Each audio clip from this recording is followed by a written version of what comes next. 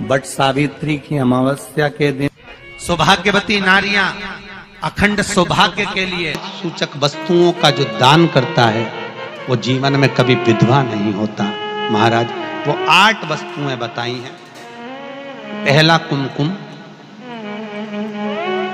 दूसरा पुष्प, चाहे लाल हो चाहे सफेद हो चाहे पीला हो, पुष्प कोई भी हो। तीसरे नंबर पर है चंदन, चौथे नंबर पर है तांबुल बीड़ा, 5वें नंबर पर है काजल, 6ठे नंबर पर है ईख, क्या बोलते हैं यहां पर ईख को, क्या बोलते हैं, गन्ना, ईख। 7वें नंबर पर है लौंग, खाने वाली जो लौंग होती है, लौंग। और 7वें नंबर पर है, 8वें नंबर पर है जीरा। जीरा ये भी सौभाग्य सूचक है। कहते हैं बट सावित्री की अमावस्या के दिन बिना नमक का भोजन कर कर, सुबह बिना नमक का भोजन करें, एक समय फलाहार करें बिना नमक का, और तुला दान के बराबर एक पलड़े में अपन बैठकर 8 वस्तुएं तुला की रख कर जो दान दे देता है वो नारी कभी विधवा होकर नहीं जाती, 7 जन्म तक अखंड सौभाग्यवती रहती है। अखंड सौभाग्य। एक विवाह, एक मृत्यु और उसके बीच का जो समय होता है उसमें नारी जब भी अपने मांग में सिंदूर भरती है, अपना 16 श्रृंगार करती है, तब नारी को अकेले में अपने कमरे में, अपने भवन में श्रृंगार करना चाहिए। यहां तक शास्त्र कहता है कि छत पर खड़े होकर भी बाल नहीं बांधना चाहिए। एक पीठिका ने बाल बाए थे खड़े होकर छत पर, और तोते का बच्चा उड़ते हुए आया था और बकासी आने पर मुख में प्रवेश कर कर गर्भ में बैठ गया था। वो कथा भी हमारे यहाँ है। बट सावित्री की अमावस्या के दिन सौभाग्यवती नारियां अखंड सौभाग्य के लिए, बट सावित्री का व्रत आप लोग करते होंगे कई लोग, अखंड सौभाग्य के लिए करेंगे, क्योंकि इस बट के पेड़ के नीचे भगवान विष्णु शंकर जी से विनती करे थे वर के लिए, इसलिए अखंड सौभाग्य का देने वाला। दिल से बताना, जितनी सौभाग्यवती माताएं होती हैं ये संक्रांति पर भी 13 चीजें दान करती हैं, 14 चीजें दान करती हैं। बीच में कोई 16 सोमवार का उद्यापन करेंगी तो भी सुहाग की सामग्री देंगी, उद्यापन करेंगी तो भी सुहाग की सामग्री देंगी, कोई कार्य करेंगी तो भी सौभाग्य की सामग्री देंगी। सौभाग्य की सामग्री का दान क्यों किया जाए? सौभाग्य सूचक वस्तुओं का दान क्यों किया जाए? सौभाग्य की वस्तुएं क्यों प्रदान करी जाती है, क्यों दी जाती है? उसका कारण क्या है?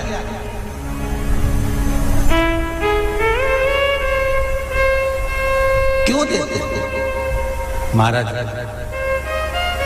भारत की भूमि की सौभाग्यवती माताओं का एक मन की अभिलाषा रहती है, भारत की भूमि की माताओं की एक अभिलाषा रहती है कि जब उसके प्राण छूटे तो अखंड सौभाग्य धारण करके पति के कंधे पर और पुत्र के कंधे पर शमशान कर।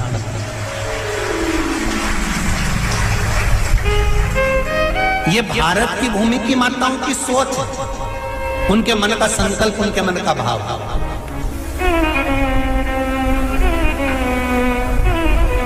क्यों देते हैं चूड़ी का दान, क्यों देते हैं बिंदी का दान, क्यों देते हैं अखंड सौभाग्य का दान? किस महाराज?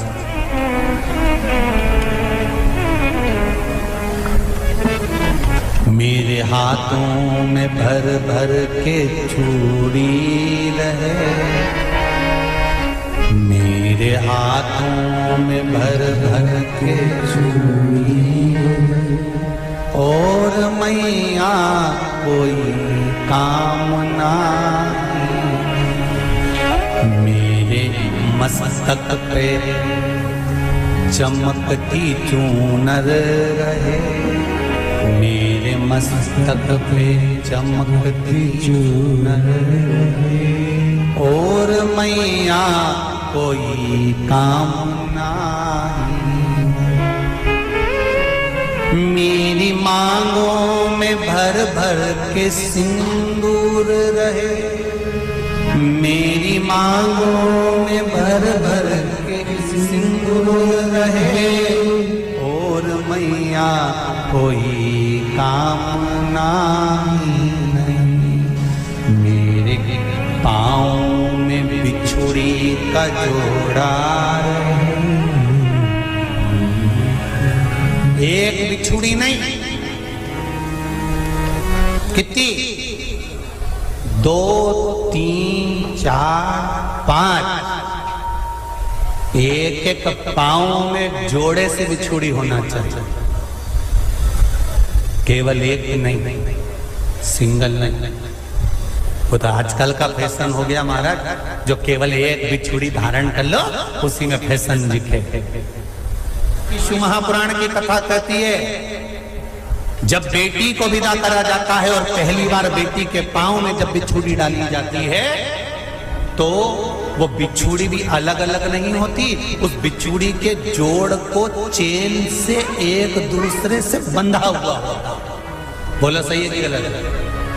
जितने आस्था चैनल पर कथा सुन रहे हैं, जितने फेसबुक पर सुन रहे हैं, यूट्यूब पर सुन रहे हैं, सुन लेना कि मेरे भारत की माताओं का जब पाणी ग्रहण संस्कार किसी बेटी का होता है, उसके पांव में जब पहली बार बिछुड़ा पिनाया जाता है, बिछुड़ी पिनाई जाती है, तो वो बिछुड़ी भी एक दूसरे से बंधी हुई होती है, चेन से बंधी हुई होती है। उसको अलग अलग वाली बिछुड़ी शादी के मंडप में नहीं पिनाई जाती। क्यों? जैसे ये बिछुड़ी एक दूसरे से पांव में बंधी हुई है, तुम्हारी जिंदगी अंतिम श्वास तक ऐसी ही बंधी हुई है, यही बनना चाहिए। वो तो अब माताओं ने थोड़ा सा फैशन चेंज कर दिया, अब पांव में ज्यादा बिछुड़ी निकलती, गड़ती है, चुभती है, एक बिछुड़ी धारण है। महाराज पर नहीं, बिछुड़ी भी 2 हो, जोड़े से। हमारी माताएं, भारत की भूमि की जो माताएं हैं, ये चूड़ी भी हाथ में पहनती है तो जोड़े से पहनती है। बोलो जैसा सही है कि गलत है? एक अकेली चूड़ी माताएं हाथ में धारण नहीं करती हैं। अगर भारत की भूमि की संस्कारित माताएं हैं और भारत की भूमि की सभ्यता और संस्कृति को जानती है, तो अकेली चूड़ी नहीं, जोड़े की चूड़ी पहनेगी, 2 चूड़ा डालेगी, 4 डालेगी, 12 डालेगी, पर सिंगल नहीं, अकेले। महापुराण की कथा ये कहती है कि पार्वती जी ने और गंगा जी ने जितना सौभाग्य का दान दिया है, उनके बराबर दुनिया का कोई व्यक्ति इतना सौभाग्य का दान नहीं दे सकता, जो माता गंगा और पार्वती दोनों दान दे रहे हैं।